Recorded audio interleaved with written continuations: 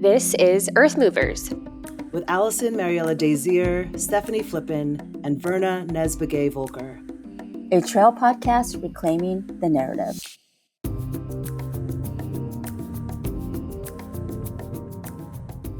Welcome, everybody, to the Earthmovers podcast, a running podcast reclaiming the narrative.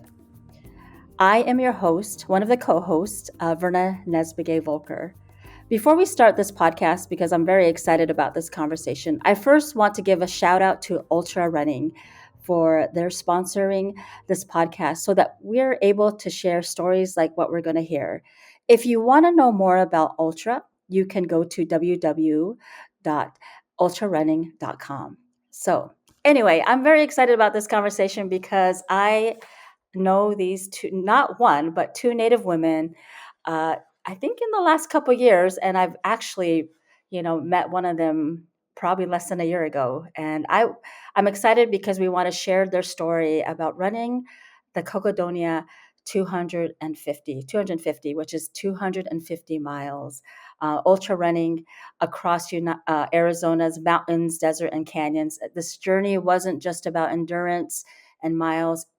I believe of what I've heard, it was so much more. So we want to welcome Wynonna Fulgham and Missy Hendricks. So yes, welcome to the podcast. Thank you for having us. Yes, for sure. First of all, I would like to get a little bit of your background. Like if you each can introduce yourself, share your tribal affiliation, and just kind of go ahead. Missy, you want to go first? Yeah, my name is Missy Hendricks. Maiden name is Sanchez. I'm from Mescalero Apache Reservation out in New Mexico. We're located out in the mountains. I've been running for, I guess all my life. And I really didn't get into ultra running till about maybe 3 years ago when I was introduced to Native women running, which has definitely helped me get into ultra running and advance in the possibilities of what's out there. Yat she Wynonna Fulgham and Shet the Bethlehem Todich Eat Bushes Chain, Tetnizachni Dashe Ki Ani Dashanella, Aquat Ego, the Netza Nishle. I am from a small town, Kimplichi, Arizona. I currently reside in Chandler with my family, my 5 children, and my husband. I have been running since before I can remember, herding sheep. It's been a while, but I was introduced to the ultra world back in 2016 when I ran my first 50K with my mother. And then it was until recently, I would say in 2022, when I again was reintroduced, and that was through Native Women Run as well. Oh, yes. I love that. It's like introduced through Native Women Run. Yes. So I love you both ran Cocodona 250, and that was back in May. I want to hear, how did this come about? Why did you choose to go that distance? And I know that both of you had already ran a 100-miler. So if you want to share a little bit about the 100-miler that you ran, and then how that transitioned to thinking about 250 miles. I'll go first. So I actually seen in an advertisement for the Cocodona 250 about 3 years ago. And I told my husband, I said, do you think that I could run 250 miles? And he laughed at me and he said, you haven't even run a marathon. And I said, okay. And at first my whole journey to running was because somebody told me I couldn't do something. I am big on that. If you tell me I cannot do something, I'm going to prove you wrong. And I took that and I ran with it, literally. And so I started off with a half marathon, and then I ran a marathon, and then running became different for me. Like at first, like I wanted to prove my husband wrong. I wanted to like tell him like I could do this. And I started realizing that running was healing me in different ways. So then I started taking out my headphones when I ran. I started just doing different things that would challenge me. I tried to see how far I could run one time without water, which was, I don't know what I was thinking, but I just kept like pushing myself and pushing myself. I wanted to see what I was capable of. And then I met, we call ourselves the Phoenix Valley Girls. And I met these amazing women that just stood behind me and always encouraged. They were always like, you can do it. Like you can do anything. And I took that, and I took my past traumas. I took everything, and I wanted to see what I was capable of. And so I really set myself up, and I was like, okay, I'm going to start training for 100 miles. And then I met Verna, and I was like, I want to run Javelina. Like that's where I want to do my 100 miles. Like I have this group of people that are supporting me. I want to do this. And then I wanted to run Cocodona 250. And I was like so nervous because that is such a huge distance. That's like days. That's so many miles on my feet. I've never done this before. But I felt like that was my like, not proving to anybody, but proving to myself that I'm capable and I deserve things. Yeah. Because I think that like as our our generation grows up, and as generations has passed, we're put down where you can't do this, you can't do that. Oh, and then to top it off, you're a woman. Like not only are you Native, but you're a woman. You want to do these things. Like I wanted to prove something. And then little did I know that the Creator wanted to teach me something different. And that's how I got to run Cocodona 250. Like it was all of that just lumped in, and that drive that I didn't want to give up because I wanted to see what my limit was. And now I know I can do that. And now it's like, what's my next limit? Her crazy limit. So yeah, that's really powerful, everything that you said. And I just want to also just kind of I met her at Missy at the Javelina. And so I saw her 100-mile finish. And just throughout that time we were crewing her, she was just still smiling and happy. And it was so hot. And we're like, why is she so happy still? And it was like, she just come up all like, just happy. And we're like, because that weekend was so hot. And it was just amazing to see her just still smiling. And even at the end, it was like, there she was with her big smile. So yeah. I think a lot of what you say just resonates so much with our Native women. So thanks for sharing that. What about you, Wynonna? So I had the idea of running Cocodona 250, I think when I first heard about it, but the only person that I really did tell was my husband at the time. And I think I had just had my third what is it? My fourth or fifth baby. And I had only gotten in at that time a 50K, and, just trying to do the research of like how you're supposed to build up to it and build up to distances. Like I haven't even run 100-miler. I haven't even done 100K, a 50-miler.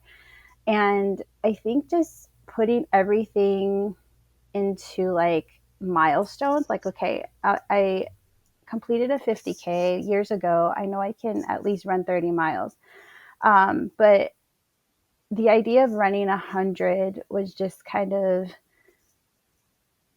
was just something that I wanted to like know that I could do. If I could do 100 miles, that I know I can do 200.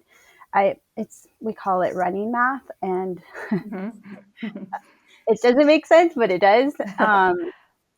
And I had ran my first 100 stagecoach, and that in itself was just so life-changing.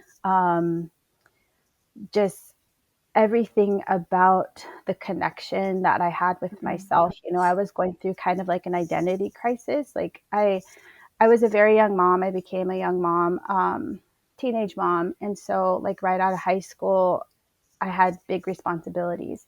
And so I never, at this point in my life, I didn't know who I was. I knew that I was a teacher, I was a mom, I was a wife. And I felt that running really grounded me and allowed me to reconnect with my body as far as like, well, who am I? What can my body do? And also grow spiritually. I always try to remember that part that we are a whole person. We're not just a physical being. We have emotions, we have spirituality, we have all these other things that I kind of forgot. Things that you learn as well when you go through your puberty ceremony, And while running the 100-miler, those things I was reminded of them. Right. And after finishing that first 100-miler, I knew like, I can do this. I just have to do 1.5 more of these, but I can do it. That's it. Yeah, it is. That's it. And we had met, Missy and I had met at the 2023 Trans Rockies Marathon, and we had seen each other at different community events before that, and it wasn't until Trans Rockies that we really connected. And I think one of the things that we kind of connected with was we both told each other, hey, have you heard of this run called Cocodona 250? We both looked at each other. Our eyes got big, like, yes. She was like, let's do it. And I was like, all right, let's do it next year. Okay. So, yeah. And so, and it just so happened that we ended up running it together too. So. Yes, I love that. I love how you like. I forgot that you guys were at Trans Rockies together. That way. Yeah, 2 years times. in a row. Yeah. And so that is built like this friendship and this sisterhood. Yeah, I love that. 250 miles is a lot. I just can't even imagine.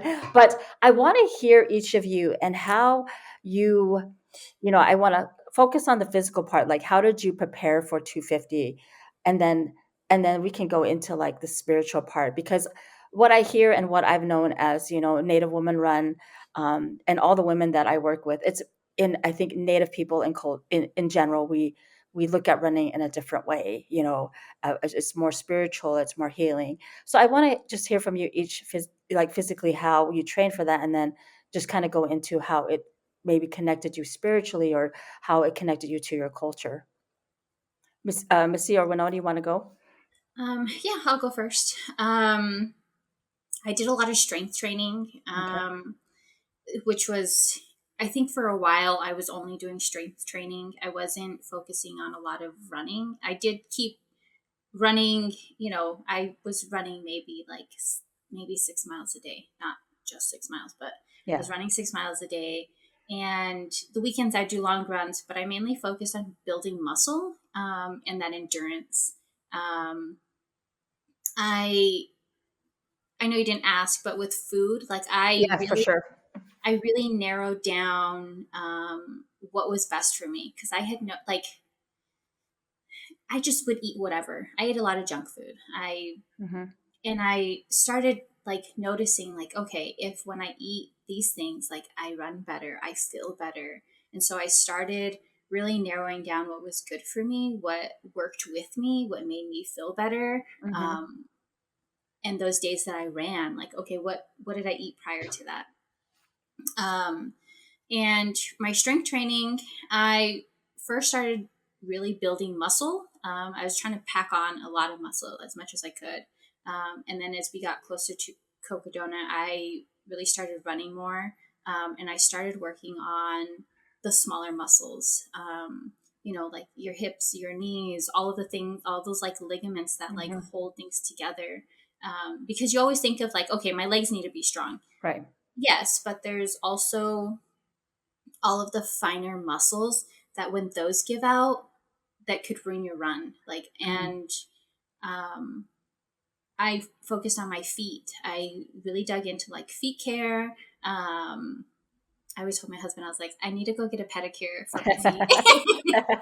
I need to do one all the time. these help keep the blisters away. Exactly.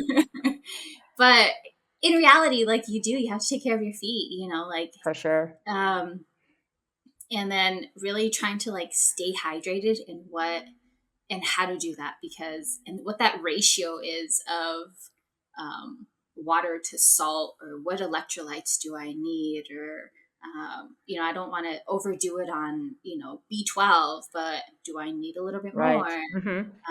Experimenting.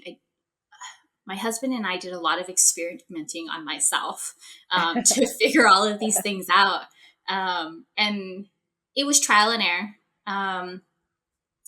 We did a lot of that, and then just packing in the miles. Like as we got closer to like Cocodona, like I remember running like 13-hour days just out on the trail in the heat. Like you'd see the sun come up and you'd see the sun go down, because a lot of it was like during the winter. And I remember a time I met Wynonna out at a trail, and we got there and it was already dark. Like, okay, like now let's do 6 miles with a weighted vest and our poles, and just like let's carry everything. And so we were both training with like weighted vests and like all the layers, like jackets, beanies, everything. Like we probably looked crazy. Wow. But that's like so wise. I mean, because you basically did that in Cocodona. Like you had to carry all that, and that's good training. Yeah, that was kind of how I prepared for Cocodona. Okay. Wynonna? So I had already been at the gym prior to Cocodona. So I ran my first marathon in like 2022, and it was painful. And I had to kind of dial down, like, what could I have done differently? So prior to that, I was just running. And the thing that I added that year was strength training. And so I took that as like one of the things that I was going to be like 110% at, like that's going to go with my running regimen. And so strength training really did improve like recovery for me. It improved like going from, the different terrains, the little fibers in your muscles that Missy was talking about, but also like your joints and just the durability you build and the endurance your body has to go through. And then because I was a scholarship recipient of the Cocodona and Cotulla scholarship, I was given the opportunity to have a run coach provided from Cotulla. So I took advantage of that because I was like, well, this is out of my range of expertise. And so I took advantage of that, and that helped me plan out my training leading up to Cocodona. And Missy and I would kind of compare like how many miles you're running today, and I at times felt like I wasn't doing enough. And it's just really interesting how dialed in you have to like be emotionally and mentally during training as well, because sometimes it can be overwhelming, like she said, those 13-hour trail runs, and sometimes you're out there by yourself, and you have to really be you have to focus on that end goal, like what's my purpose here, like what is it that I want to accomplish, why am I doing this, and so preparing physically for it was, I would say it was fun, and I actually do miss it. I miss that grit, that girl that would get up at 2 o'clock in the morning to meet Missy for a training run. And I had sweat like a couple weeks ago, and I got back at 1 o'clock, and I was telling my husband, I can't believe that I was this tired and I still would continue to run during Cocodona. And it wasn't like a phase or a question of, oh, can I do this? It was, no, I'm going to do this. So, Wow. yeah.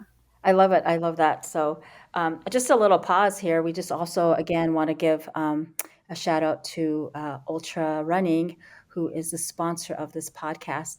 And Ultra Running actually was able to give some gear to the gals who were running Cocodonia. And so that was, it was cool to see them wearing their long shirts, especially in the cold, and the hat. And so we just want to say thank you to Ultra Running for just giving us the space to share these stories, and especially stories also of our Native women who are just, doing these amazing things.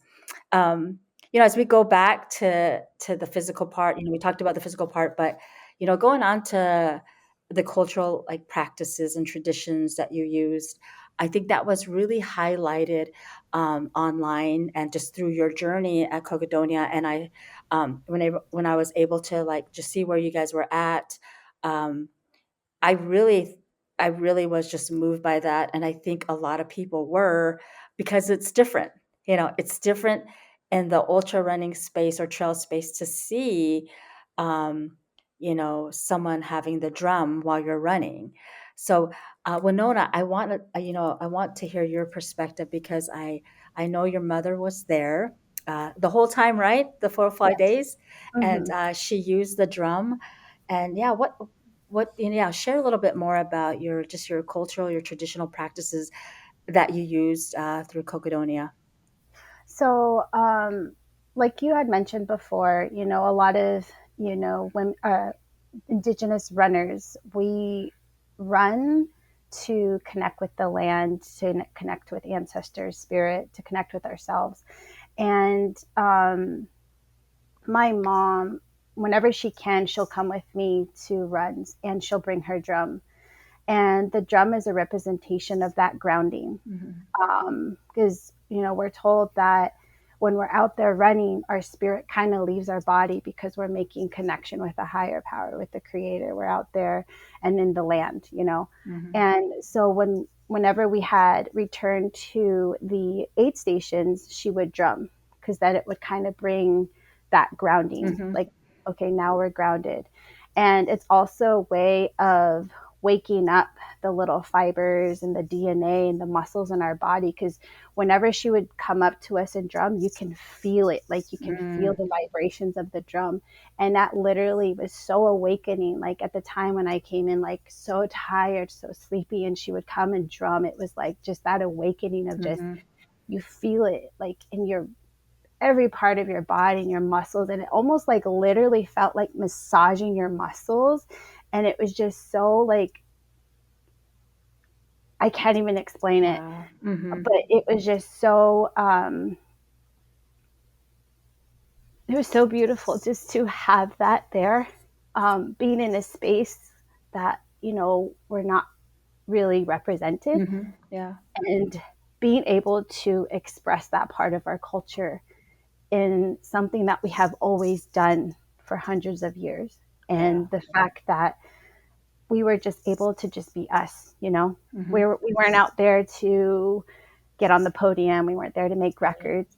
We were there to be us and to make noise, as I would say, that, hey, we're these two res girls doing this, and we're going to do it how we've always done, like our ancestors have. So, and she had tobacco, and just that tobacco smell when she would smudge us, like ensuring that our journey ahead was going to be safe, and that there was nothing that was going to hinder our mental clarity, or just, and if we did get in those times where we kind of doubted ourselves, that, like even just the scent of it, it would kind of bring my mentality back, like sharp again, and be like, okay, remember why you're here. So, but yeah, I always appreciate when my mom comes and, that's what she does. She's a community leader in that sense that wants to share that so Right. that everyone experiences a piece of that. And so I was just very appreciative that she was able to be there for us. She sounds lovely. She sounds Yeah. amazing. What about you, Missy? Everything Wynonna said, like just when she was there with that drum, like you could feel something. Like I don't know how to describe it, but the feeling that you would feel, like it was like everything's gonna be okay. Mm-hmm. You're all right. You're here. You're like, when I would hear that drum, it was like it would bring me back. Because when I felt like when I was out on the trail, I felt like my body was moving through it all, Mm-hmm. but my spirit was just like wandering. Like it was just Right. out there. Like it would go somewhere. Mm-hmm. Like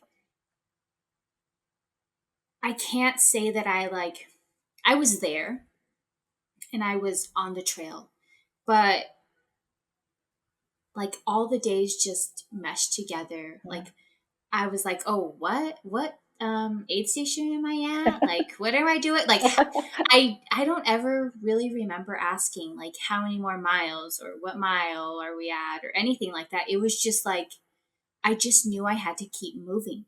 Right. Mm-hmm. And when I would go out on the trail, it was like my spirit just like let loose. Like it was just somewhere else. And then as I was coming back into like an aid station, I could hear that drum. It was like my spirit was like, like let's get back to her. like we gotta find her. Like Yeah. and then like, I'd go into the aid station. I was like, man, like I'm so tired. Like, but hearing that drum, it just, I felt it in my soul. Like it was just, it was all of the things that I never got when I was a kid. It was all the things I always wanted. It was everything I was looking for. That feeling. It was like arms being wrapped around me. It was like something holding me, something comforting me. But without being physical. Right. Like it was just like, like, that feeling when someone's looking at you, but you like, you can't see them. Like it's that feeling. Yeah. Like it's just like, you feel it, but you can't, it's like, how do I prove this? How do I show somebody? How do I how do I tell somebody how I feel or what it does to me? And that like, it makes you want to go harder, faster, and just like you hear it and it's just like, it's like your ancestors wake up inside of you and they're just war crying behind you, like pushing you. It's just, it's all of that all together, just wrapped up in the beating of that drum. Like that's the best way I could explain it. That is so, like, I'm really moved. I was getting emotional too, just because like I'm like, that's so powerful, that's I really, I think we talk a lot about healing, and I think for a lot of us Native runners, that's kind of like why we keep running. It's like we run to heal. We talk a lot about running as our prayer, it's our medicine, and it's just so amazing to hear like both of you just how much that was so part of Cocodona 250. I want to go back to the race because I was watching the stories, because you guys had an amazing group of people who took that time to crew you and pace you. One that I ran with, Sky, who is my 100-mile buddy. But just how much I remember was it the first night it was raining? Was that the first night? I want to hear I think just about how that first day was. Were you a little bit like, oh no, what's going to happen? Or you kind of knew, because if it rains one day, you're just like, do I get discouraged or I keep moving? Like, tell me a little bit more about how the feeling of like the first night, because it was muddy, it was wet. No one wants to run in that type of weather. So for me, I think that that entire week we actually were texting each other and kind of keeping each other updated. We're like, hey, did you see the weather? Did you see the weather? And I think we had pretty good experience from Trans Rockies with the, oh, it's 20% rain, chance of rain today, and it's pouring. You get that here, 20% rain. You're like, oh, it's not going to rain, you know? So I think we prepared for anything and everything. And I was thinking of all the possibilities, like, oh, what if it snows? I mean, I know that's not possible, but what if, you know? Right. And I think that going into that first day, we were just getting to Lone Mountain and it started raining. And it wasn't like the warm rain we get here, it was cold. The temperatures dropped suddenly, and we were prepared. We had our rain jackets, and as we started getting higher up in elevation, it started to hail. And this is the first day. I didn't know it hailed.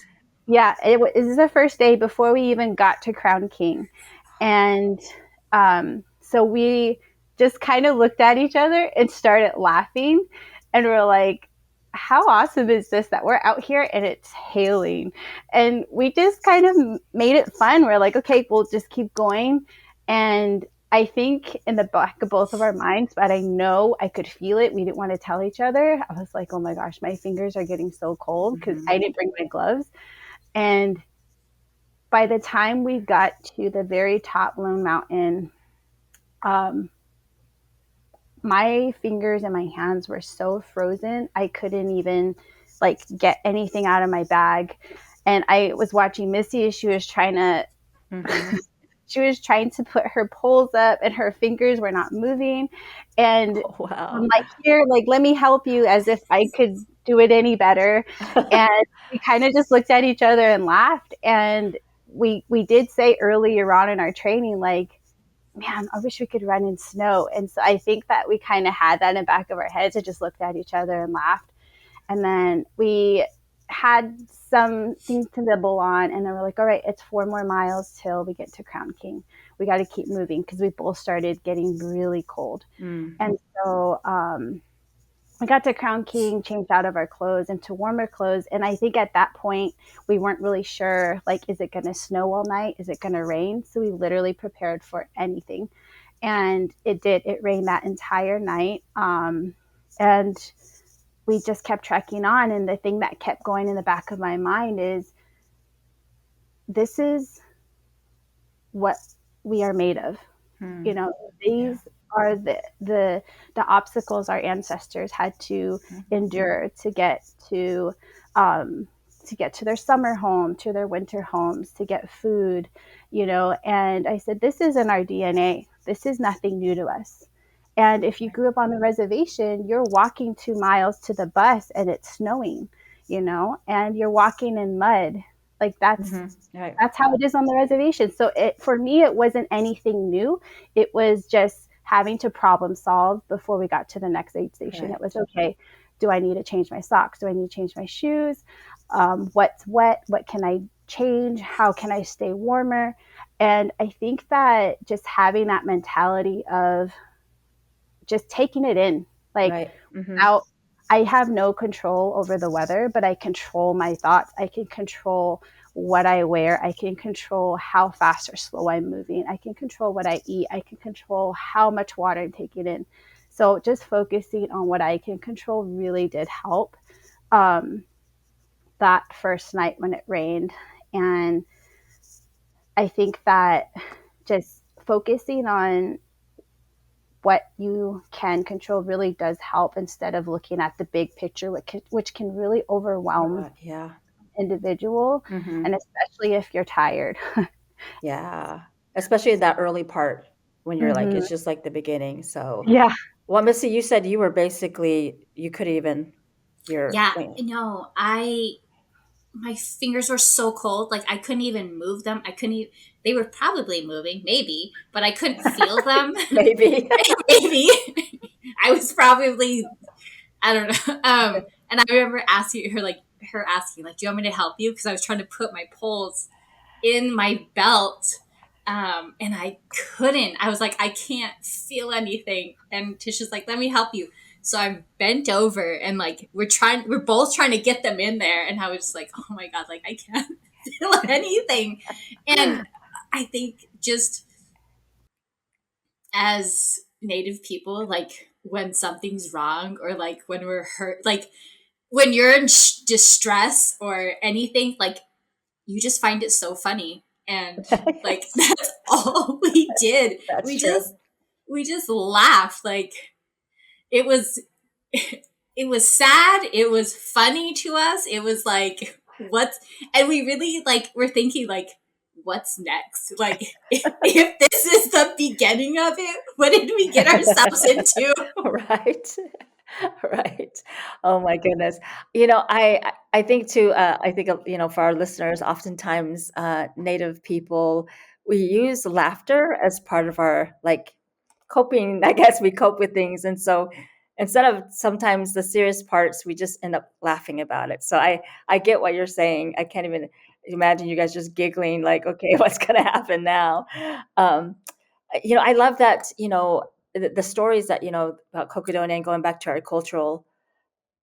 Okay, we lost Wynonna here for a bit, but she's back. And so um, I was talking about how a lot of times running, we go back to our histories or our ancestors and how those moments really help us get through runs. And I love that you were able to share that. When we go back to Cocodonia, the race, I want to ask each of you, what do you feel like, that's like 5 days of running? In those days, what was the hardest part for both of you? What was the hardest? Was it, maybe you can remember a point where you were just like, I am so tired. I'm so done. Can you share that with us? Um yeah, I'll go first. Okay. Mine was my knee. So a couple of years ago, I got into a car accident and I injured my knee. And so it's just, I've been nursing it, maintaining it since then. And I've noticed that, like, on the longer runs, especially runs that are multiple day, like at Trans Rockies, Hmm. it was usually like that last day, like my knee was just like, okay, I'm done. I've had it. It'll start swelling. It happened for me on Cocodona for it was right before I got into Sedona. And my knee just started swelling. It started aching and it was literal pain. And I just kept thinking to myself, pain is temporary. Pain is temporary. Like it's only as bad as you make it. So I could feel it. Like at first it was like, okay, like this is discomfort. Now it's painful. And then I was mad because I was in pain. Like I Right. was mad at myself for feeling pain. Like that's bizarre to say. Like it, um, but that's what just like it drained me. It drained me mentally because I had to go to this place in my mind that told myself that it was okay. Like it's amazing how powerful the mind is. Like my knee got so big and fat and it was just swollen and I felt like I was just dragging it, like literally dragging it. But I had this mission that I wanted to finish. I had this purpose and I wasn't, and I told myself, I am not going to let this, like, I don't care if I have to drag my leg across that finish line. Like, I will not stop. Like, I don't care how painful. Like, and I remember walking in or getting to the RV, and my crew and everybody, they were sleeping still. They weren't expecting me because I started having knee pain. They weren't expecting me for like another hour or two. It was probably like midnight, and I get to the RV. I'm calling them, nobody's answering. I'm texting them, nobody's answering. And I'm just getting so frustrated because I'm in so much pain and I'm dragging my leg and I I didn't have any like pain medicine. I was just like, and it was cold and I was tired and I was just all the things. And I get there and I open the door and I just laid on the floor and I cried. I cried for about 5 minutes. And I've told my crew before, like, don't feed into that. Like, like, don't show me sympathy. Yeah. Don't give me that. Like, don't, like, ignore me. Like, just, I want to finish this. Don't let me stop no matter what. So as I'm laying there crying and mad at everybody because nobody's comforting me, but then I'm thinking to myself, this is exactly what I told them to do, and they're doing it. But like, it brought back so many, like, the pain in my knee brought back like being younger and them always saying, you know, you fall and they're like, oh, you're fine, don't cry, don't cry. It brought back a lot of that, like the no comfort, the like no this, like, and I was like, this physical pain is like literally like preventing me from accomplishing this. Like I just like I had to mentally tell myself, like, just shut those receptors off, like, just don't worry about it, like it'll be fine. And so they helped me, like they rubbed my leg, they changed my socks, and then they got me laughing, and then I was all better. Like I forgot that my knee hurt. Even though it was clearly so big. And every aid station after that, like I was just like holding my knee and coming down Eldon, like every step I could feel that that like pain radiating all the way through my leg. And I was just like, pain is only temporary. You can do this. Like imagine your ancestors, something happening and they're still carrying on. Like, you can do this. Like you've trained for this. You're mentally, like you've trained mentally. Like there's a lot of mental training that I did. And I, like my reasoning, like I can't let something, even though it was physical, even though like it just weighed on me, like it took my energy emotionally, it took my energy mentally, like, and physically, like I would just like, I think I was like, it took me like 30 minutes to do a mile at one point. Like I was just like, but I was like, I'm not stopping. Like So what day was that, like at the end more so of the race? Like I'm really curious about the mileage because it's like a lot. It might have been Thursday because I arrived in Sedona Thursday. Yeah, it was. You were ahead of me. Yeah, it had to have been Thursday. Okay. And that's when my knee just started, like, just from Thursday until probably 4 days after the race, my knee was swollen. Probably a week after, my knee was swollen. Like, just, that's crazy. Yeah. But just the something so painful, it's amazing. Like, when you have a purpose or a drive to do something, like what you can push your body to do. Like, I thought I would, like, a part of me was like, in the beginning, I thought, oh, like if I get hurt or something, like, what if I just like stop? Like everybody stops if something happens, right? Like that's a good reason to stop or not finish it. But my pride and my like ancestors and like everything was like, you're not stopping. Like you're gonna get through this. Like, and if I would have stopped, like, I think I probably would have cried more than I did when I was in pain. Yeah, because it what I've been reading about the race was like you basically climbed like 40,000 feet, I think, and then there was so much, the terrain changed each time. Yeah, so that's crazy. And that mud, like I think like all of the terrain, all of like the elements, like really played into it. Like that mud, every time you'd step in it, and you go to pull your foot out, it was just like you could feel your joints just like pulling, and it was just like for 3 days straight just trucking through that mud. Like, Wow, that's crazy.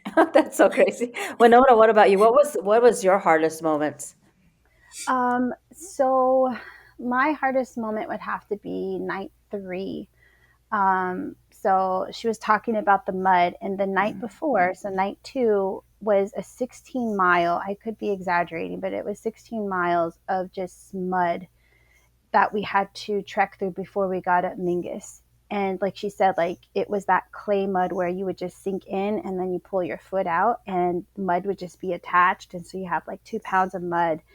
And I was really proud of myself that night because I had stayed up that whole night, got up Mingus, took an hour nap, and then we trekked down to Jerome, took a nap there, 15-minute nap. And then I took another nap at Dead Horse Pass.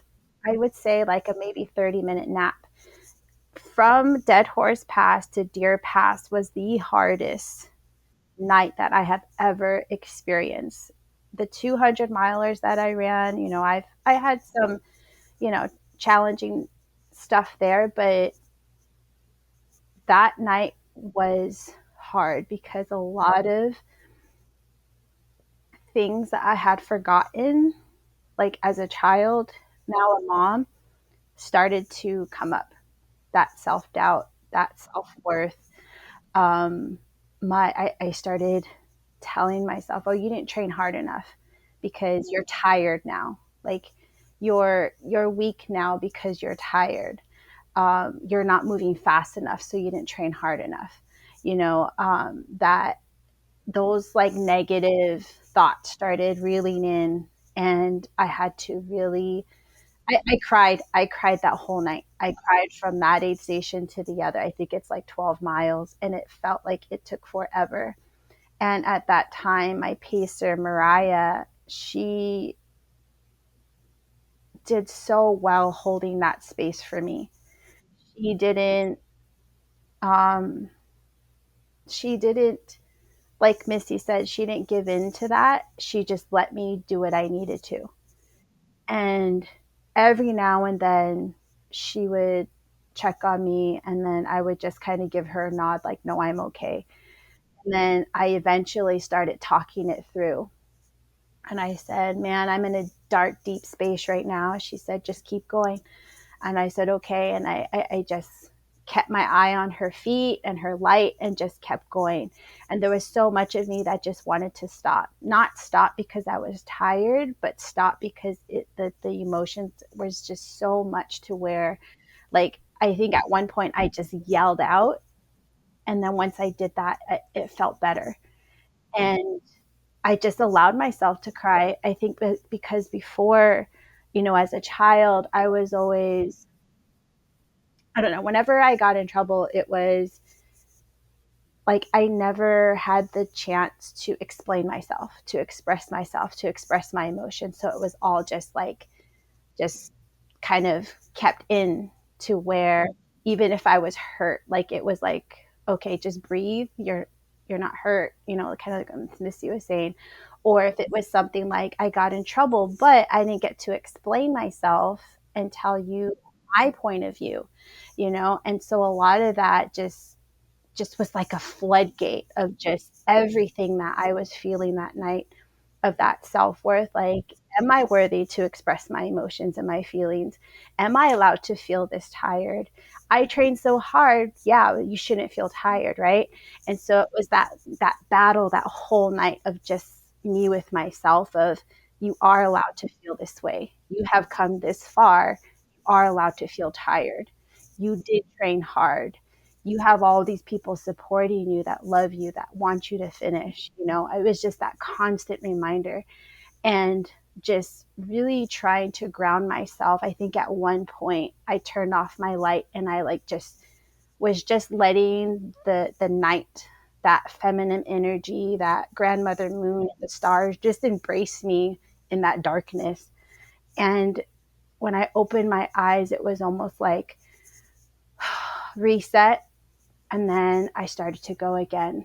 And then I would start crying again. And it kind of gave me comfort. I had a young lady who passed me, and she didn't say much. And all she said was, "Me too, girl. Me too." And I think that was just that, like, that clarification of like, okay, like everyone else is feeling this. It's not just me. And that's what I felt like as a little girl. Like, I'm the only one that feels this. I'm the only one that's going through this. I'm the only one that's not able to express myself, my emotions. And I'm still learning that as an adult, as a mom, you know? And I think that just, like I said, like floodgates. And now it's almost like domino effect to this day. Like I'm able to say what I need to say. You know, I am tired, I'm exhausted, you know, and not feeling that guilt of I'm not being tough, you know, like, and it's a joke that Missy and I say, because there were some mornings when we would be so tired and he would say, I don't want to be tough anymore. And we're driving 2 a.m. in the morning to the trailhead. And we just laugh about it now because it's like, it's a joke, but it's not, you know, because those are like just things that I think, even though we come from different tribes, but it's almost like those similarities we had of like, you have to be tough. And, you know, like we come from different upbringings, but still like we had these different reasonings of why we weren't able to express ourselves. But that was tough for me, was being able to just be okay with how I was feeling in that moment. And being present with that feeling that I had ignored all these years. So, oh, that's so powerful. You know, also to our listeners, in Native people, we talk about a lot of our trauma. Our trauma goes back to like the historical trauma of our people, but also the generational, and also a lot of our trauma. And it's just been and how trauma on the trails, you know, it just, you kind of get past that and things come back to you. And, you know, I want to, there's so much, this podcast would probably be 2 hours, but like, I want to go to, you know, as we're like, we need to probably end soon. I want to keep talking, but I'm just thinking about the day. I know you two have ran together, and you, one was ahead, but then you found each other, and there at didn't you find each other at the end? You guys both ran together. I want to know the feeling of how that, if you can put it in some words, of just knowing that you are almost done with that race. Like, what is that feeling? And to, you know, if you could just describe that, because I'm sure many of our listeners will be just moved by that. Wynonna, you can go ahead and start. if I can get words out. It's like crying podcast. We're just crying. So I had finished a really tough night, getting into Kelly Canyon aid station. And I think that early morning, you know, I'm just like, I just need the sun to come up. I just need the sun to come up and I can be awake. And the sun was taking so long to come up. And I had to really ground myself. I had to remember my why. I had to focus on every step. I was so tired at this point. This is Friday morning early. And it was right when I was coming up over a hill. I saw the sacred mountain, Dogoaslid. And at that moment, I like just bursted into tears because I knew I was so close. And I think at that moment, it just felt like I'm almost home, you know, because I get so emotional when I go back to the reservation, you know, because just familiarity, and that's where I grew up, and that's where I was raised. It's what made me who I am. And day one, when we got to the top of Lone Mountain, you could see the mountain in the distance, and I remember almost feeling like, holy cow, what are we doing? The mountain is so small. It is way over there. But then that morning, Friday morning, that realization that it's right there, like I can almost like touch the mountain, was just so like energizing. And I think at that moment I had realized it was almost, so this is funny. So I was moving so slow that I was really, really scared I was not going to make the cutoff. And being a math teacher, I was doing the calculations and saying, I'm not going to make that cutoff. And my pacer, Mariah, says, no, we're going to make it. Let's go. And then I think that just seeing that mountain motivated me even more. And I felt like I was sprinting. I probably wasn't, because she showed me a video and I wasn't. But it looked like it felt like I was. Yeah. And so I'm running and I'm counting down in my head. I'm like, oh my gosh, we have 12 minutes left. We have 12 minutes left till cutoff. And she kept saying, oh, we got a mile left. I'm like, you said that a mile ago. We got a mile. You said that a mile ago. And then we got into the aid station with 6 minutes to spare and really not enough time to do anything. You know, our crew wasn't able to go to that specific spot, but I think just getting there and then just kind of resetting and knowing where I was and how far left I had was just like overwhelming with just like gratitude of like, I'm doing this. I'm almost there. And at that moment I was like, you know what, let's go. I come on, Mariah, let's go. And then we took off. I probably ran about 2 miles and then ended up having to take a dirt nap. And then I think by the time I got to the top of Eldon was when reality really set in, because the sun was just coming up Saturday morning and you could see at the very top, like just the land, you know, because the dawn's coming up and you can see where we came from.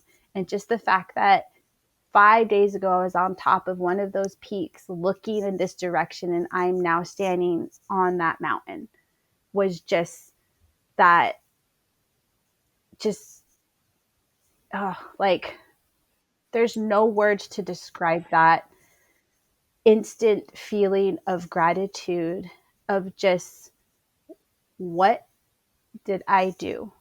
What is my body like? What are we doing right now? You know? And then reality set in again. We still have to make it down this mountain and make it to the cutoff, which we were time crunch now. So, but there was 2 instances. One was right when I saw the sacred mountain, and then 2 was at the top of Eldon. And there is a picture where you can see me just like looking out into the horizon. And I really wish that I could have gotten a picture of my face just to see what like it looked like, to see what we had done, you know. But yeah, those were my 2 moments. So. Missy? Sorry, I'm like, oh, I'm like really into your story. I'm like, Missy, you were there. I know. I was like, yeah, I was like reminiscing, like, Right. all of those thoughts. Like, 250 miles is, I'm still processing it all. It's surreal still. Wow. As we got closer, like knowing that, so along the course, they would put up little signs that would say, this many miles left, or this is how far you've gone. And then there was one that said like, a marathon, 2 marathons left, a marathon, a half a marathon. And I remember seeing those and thinking to myself, did I do that? Like almost like looking back, like physically turning around and looking back and thinking, there's no way I did that. Like, where was I? And like that, the whole, how did I get through this? How did I get here? And I don't want it to be over all at the same time. Like, who doesn't want 250 miles to be over? Like, you want it to be over. Like you feel pain, you're tired, you're hungry, you stink. Like, walking in mud and, just sweating and like popping squats everywhere. And, it's just like, you want it to be over, but when it comes, you don't want it to be over. I thought to myself, am I done healing? Like, should I go back out there? Like, I think there's more in here that needs to be brought up. Like, Right. that whole time, I think because I was set on this journey of finding myself, of healing, that my body carried me all through that, but my spirit was somewhere else, healing and working through all of that I didn't really do 250 miles. And I remember coming into the town and I told my pacer, I said, I just want to walk in. Like, I just want to walk in. Like, we get into the town and I told her, I said, I just want to walk. She goes, okay, this is your race. Like, if you want to. And as I'm walking through the town, it's like, did I do that? Do I want this to be over? Like, thinking about all of the nights, all of the people that were there for me, like, and then Tish running up to me and like grabbing my hand, and we like run to like the part of where the alley is, of like where it's just like a straightaway to the finish line. And this like overwhelming feeling comes over you of like, you did this, like all of this is literally behind you. And I remember walking up to that finish line and thinking, I don't want this to end. As crazy as it sounds, as much pain as I was in, as much as I cried, as much as I endured, like, can I just turn around and go back the opposite way? I really didn't want it to end. I was so sad. Yeah. I want to find something else that I can heal from. I want to go on another race. I want to find myself. Like, to a lot of people, this was a race. This was different for them. And I think for Tish and I, like, this was a journey of finding ourselves, of healing, of all the suppressed feelings and past traumas and all of that. Like, it was bringing it all to the surface and being able to work through it, because I think when all of those things happened, we weren't given that time. Our ancestors weren't given that time. Right. Like, all of, like, when you think about like the boarding school kids, when you think about all of the atrocities that happened, all of the long walks our people went on, like, they were in fight or flight mode all the time. And I feel like I grew up that way. And this run wasn't to, like Tish said, to like be on the podium, to like set records, to do any of that. It was healing. It was like, I get to be out there with my thoughts. I get to have this space to deal with this. And so when I saw that finish line, I didn't want it to be over, because I don't think you'll ever be over for our people. Like, I don't think that there will ever be enough time for us to heal. But this was a good start, especially for myself. And tell me when the next run is, and I'll be back out there again. I'll sign myself up. Yes, which, quickly, if you can both tell me quickly, like, so yeah, let's go on that. What's next? I what bigger number can you get to? Like 300? Like I think there's a 300.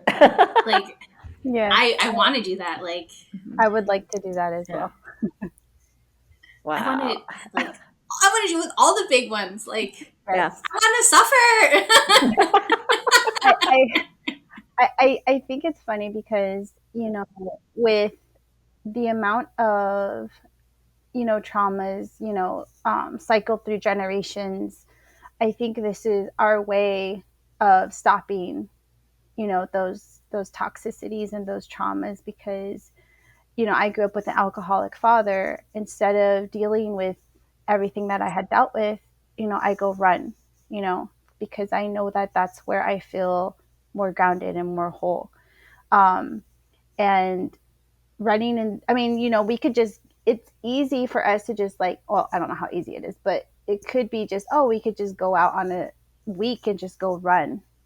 But in these spaces, we're also healing that idea of representation, right? Like we take up those spaces, whether it's the three of us, two of us, one of us, and I think that it's important that everyone is aware of those spaces. And I'm really glad that everyone was very welcoming to my mom being there, with her drum and just that space that we have culturally for ourselves. So, but yeah, like I'm ready. When's the next one, Missy?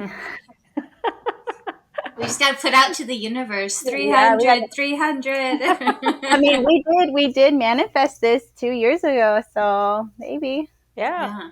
Yeah. Yes. Yeah, you guys, I love that you are like on this journey together. It's this like sisterhood. I this this podcast could go on, but I just want to say thank you so much for joining us today, just sharing your journey, your story, because I haven't really heard much. Because I've kind of reached out to you, and you're like, I think I can't remember, one of you said, I cannot put it into words how much what this meant to me, or like this journey. I can't describe this journey. It was life changing of what I heard. So, so thank you so much for sharing your powerful Cocodona 250 story, and I'm sure you're going to do something crazy again. I just know it. Um, so, but I'm reminded again, just listening to you, about uh, just how much this was a race and was 250 miles, but it's also a reminder of our resilience as a Native people, of representation, and more so about a lot of our healing that we kind of don't really work through often as Native people, and how running has been able to be such a powerful tool for us to get on that trail and just cry and think about our trauma that we've all like have been through, or things that you can remember, that you recall. And I think I really appreciate both of you just sharing that. That's heavy stuff, but I believe that this will resonate with a lot of our listeners. I'm just reminded of one more question, is what do you, each of you, think, what does Earthmovers mean to you um, in your own journey, in your story? So I think for me, Earthmovers is a movement of taking everything from the ground up, right? So we're from the earth, right? And because we are from the earth, we are part of Mother Earth. And when we are in these spaces like running and we're doing these healing journeys, that breaks those transgenerational traumas for our future, our upcoming generations.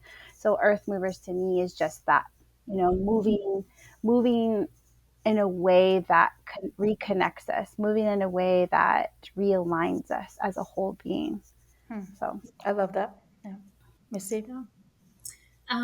It brings me back to just being indigenous. Like the earth grounds us. Like we are the earth. Like everything that we do, everything that we've ever used is from the earth. And we as a people have to make this movement from the earth up. Like let's start from the beginning, like when before all of this happened. Like let's start from the beginning and start our movements. Let's go back and really set in what we weren't able to all those years ago. I love that. So on that note, thank you everybody for listening to our podcast, the Earth Mover podcast. And until next time, thank you so much. Thank you, Verna, for having us. Thank you, Earth Movers. Like you said, like I could spend hours talking about it. For those that are willing to listen, I can talk all day. So thank you for having me. Yes, thank you for having us, Earth Movers and Verna. Thank you for hearing our story. Thank you for letting us talk about it. I'll talk about it for the rest of my life if you want to hear. Yeah, I'll be with you in a couple of days, so I'll be like listening to you the whole time. So yes, thank you so much, and thank you so much for being here. So again, thank you so much for joining us on this podcast. And if you will, again, I just want to wrap it up. I'm just really moved by this podcast, but if you could just please share this podcast, subscribe, and also leave a review so that others can be able to see what Earth Movers is all about.